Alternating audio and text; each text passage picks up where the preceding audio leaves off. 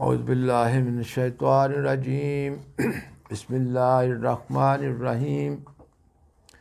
میرے بزرگوں، ساتھیوں، دوستوں، السلام علیکم ورحمۃ اللہ وبرکاتہ۔ آج ہم حضور نبی کریم صلی اللہ علیہ وسلم کی زندگی کے بارے میں پیدائش سے لے کر آگے تک آپ کو لے چلیں، لیکن اس سے پہلے میں حضور نبی کریم صلی اللہ علیہ وسلم کا شجرہ نسب بتاؤں گا۔ رسول پاک صلی اللہ علیہ وسلم کا شجرہ مبارک کچھ یوں ہے: ابن عبداللہ، ابن عبد المطلب، ابن ہاشم، ابن عبد مناف، ابن قسی، ابن کراب، ابن محرک، ابن کعب، ابن لودی، ابن غالب، ابن مخر، ابن مالک، ابن نظر، ابن کنان سے عدنان تک، اور کئی واسطوں کے بعد سیدنا حضرت اسماعیل علیہ السلام، سید حضرت ابراہیم تک پہنچ جاتا ہے۔ ابن مناف بڑے بہادر اور سخی تھے، لوگ ان کو بہت پسند کرتے تھے، وہ اپنے بھائیوں کی تجارت کرتے تھے۔ مکہ ایک چھوٹی سی جگہ تھی، مگر ان کی تجارت کی وجہ سے کافی بڑا ہو گیا تھا۔ ابن ہاشم کی شہنشاہ روم سے بات چیت کے بعد تجارتی قافلے یمن اور شام تک جانے لگے، اس لیے تجارت کافی پھیل گئی۔ الہاشم کی شادی مکہ میں ہو گئی اور ان کے 3 بیٹے ہوئے۔ ایک کا نام ندلہ اور دوسرے کا نام ابا سیفی اور تیسرا اسد تھا۔ تجارت کی غرض سے شام جاتے ہوئے راستے میں یثرب میں ٹھہرے اور وہاں سردار خزرج کی ہمشیرہ سے شادی کر لی، اور ان کے ہاں ایک بیٹا پیدا ہوا جس کا نام شیبہ تھا، اور وہیں ان کی وفات ہو گئی۔ شیبہ ابن ہاشم بلوغت کی عمر تک اپنی والدہ کے ساتھ ہی رہے۔ پھر عبد المطلب اپنے بھائی کے بیٹے شیبہ کو یثرب سے مکہ لے آئے۔ مکہ کے لوگوں نے شیبہ کو دیکھا تو ان کا نام عبد المطلب رکھ دیا۔ مکہ میں ان کے چچا زاد وغیرہ بھی رہتے تھے، اس لیے وہ سب طاقتور تھے۔ عبد المطلب کے ہاں بیٹا پیدا ہوا جس کا نام حارث رکھا۔ حارث کے والد جو کہ مکہ کے سردار تھے، جب حضور نبی کریم صلی اللہ علیہ وسلم کے دادا عبد المطلب نے مزید شادیاں کی تو انہی میں سے حضور نبی کریم صلی اللہ علیہ وسلم کے والد عبداللہ سب سے چھوٹے تھے، اور وہاں سے یہ سلسلہ شروع ہوتا ہے۔ اس ماحول میں محمد رسول اللہ صلی اللہ علیہ وسلم پیدا ہوئے۔ آپ کے پیدائش سے پہلے ہی آپ کے والد، جن کا نام عبداللہ تھا، فوت ہو چکے تھے،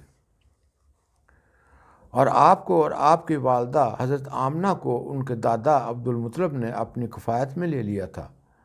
عرب کے رواج کے مطابق آپ دودھ پلانے کے لیے طائف کے پاس رہنے والی ایک عورت کے سپرد کیے گئے۔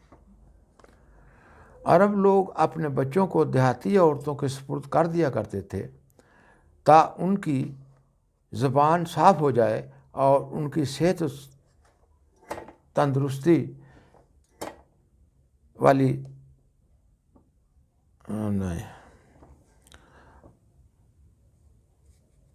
ان کی زبان صاف ہو جائے اور ان کی صحت درست ہو۔ آپ کی عمر کے 6 سال میں آپ کی والدہ بھی مدینہ سے آتے ہوئے، جہاں وہ اپنے ننیال سے ملنے گئی تھی، مدینہ اور مکہ کے درمیان فوت ہو گئی اور وہیں دفن ہوئی، اور آپ کو ایک خادمہ اپنے ساتھ مکہ لائی اور دادا کے سپرد کر دیا۔ آپ 8ویں سال میں تھے کہ آپ کے دادا جو آپ کے نگران تھے وہ بھی فوت ہو گئے، اور آپ کے چچا ابو طالب اپنے والد کی وصیت کے مطابق آپ کے نگران بنے۔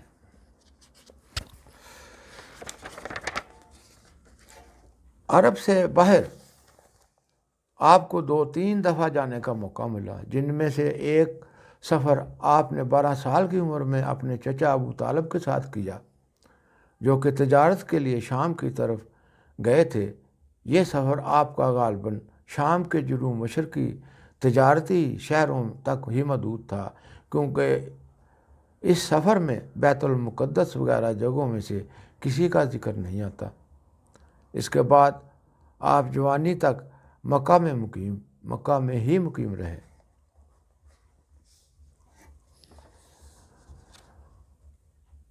اس دوران جب حضور نبی کریم صلی اللہ علیہ وسلم کو مائع علیمہ کے حوالے کیا گیا تو اس وقت بھی ایک واقعہ پیش آیا، اور جب آپ تجارت کی غرض سے اپنے چچا کے ساتھ گئے تو اس دوران بھی ایک واقعہ پیش آیا۔ یہ واقعہ جو ہے یہ میں آپ کو بعد میں بتاؤں گا۔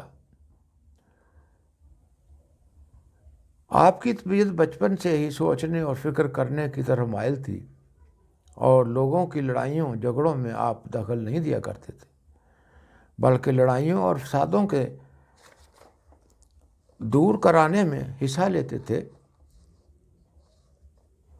چنانچہ مکہ اور اس کے گرد و نواح کے قبائل کی لڑائیوں سے تنگ آ کر جب مکہ کے کچھ نوجوانوں نے ایک انجمن بنائی جس کی غرض یہ تھی کہ وہ مظلوموں کی مدد کیا کرے، تو رسول کریم صلی اللہ علیہ وسلم بڑے شوق سے اس مجلس میں شامل ہو گئے۔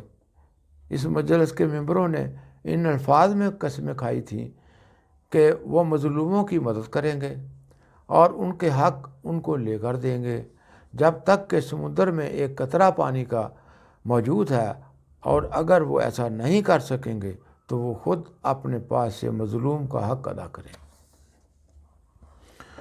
شاید اسی قسم پر عمل کرنے کا موقع آپ کے سوا اور کسی کو نہیں ملا۔ جب آپ نے دعویٰ نبوت کیا اور سب سے زیادہ مکہ کے سردار ابو جہل نے آپ کی مخالفت میں حصہ لیا اور لوگوں سے یہ کہنا شروع کیا کہ محمد رسول اللہ صلی اللہ علیہ وسلم سے کوئی بات نہ کرے، ان کی کوئی بات نہ مانے، ہر ممکن طریق سے ان کو ذلیل کرے، اس وقت ایک شخص جس نے ابو جہل سے کچھ قرضہ وصول کرنا تھا مکہ میں آیا، اور اس نے ابو جہل سے اپنے قرضہ کا مطالبہ کیا۔ ابو جہل نے اس کا قرض ادا کرنے سے انکار کر دیا۔ اس نے مکہ کے بعض لوگوں سے اس امر کی شکایت کی، اور بعض نوجوانوں نے شرارت سے اسے محمد رسول اللہ صلی اللہ علیہ وسلم کا پتہ بتایا کہ ان کے پاس جاؤ، وہ تمہاری اس بارہ میں مدد کریں گے۔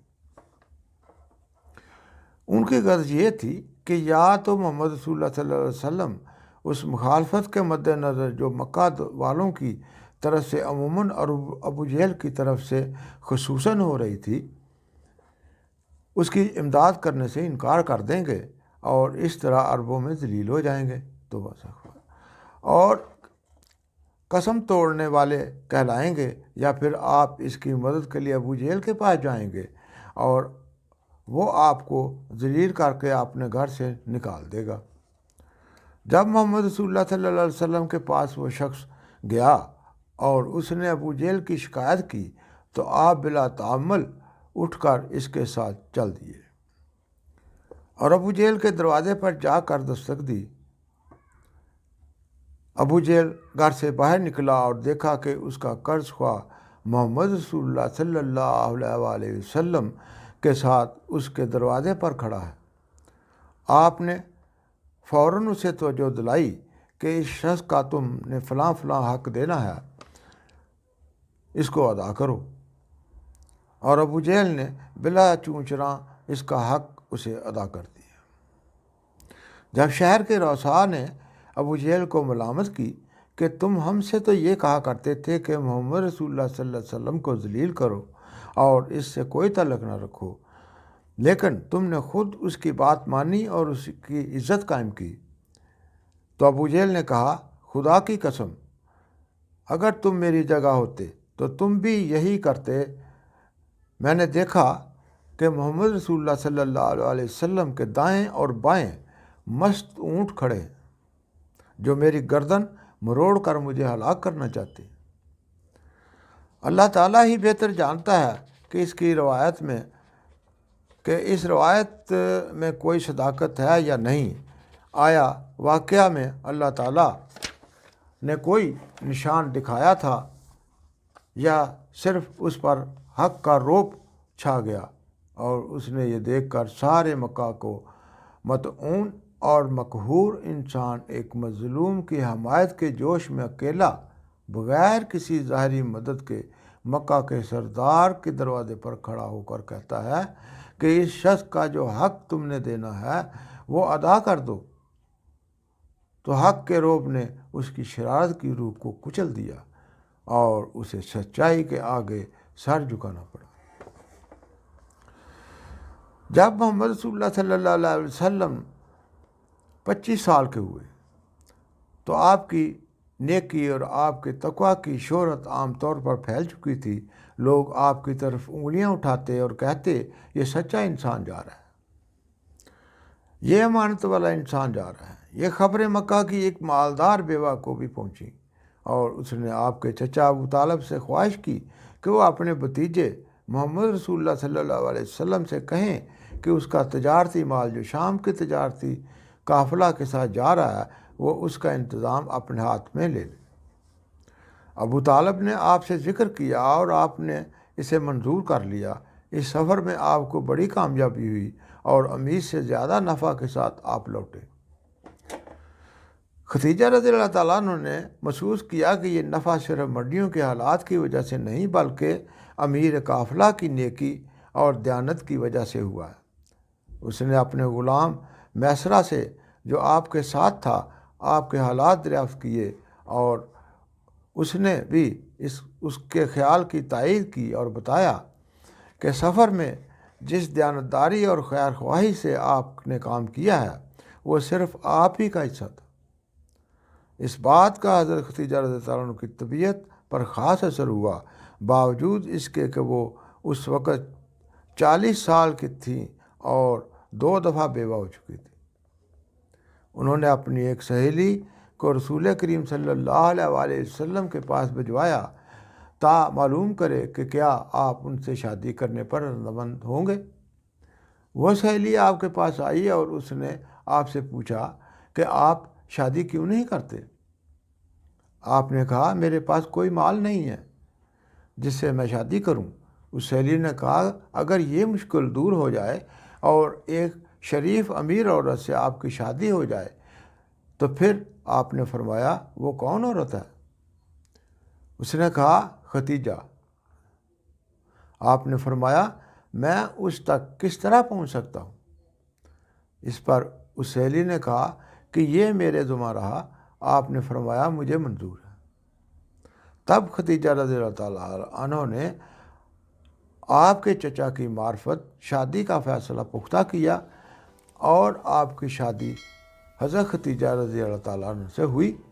ایک غریب و یتیم نوجوان کے لیے دولت کا یہ پہلا دروازہ کھلا، مگر اس نے اس دولت کو جس طرح استعمال کیا وہ ساری دنیا کے لیے ایک سبق آموز واقعہ ہے۔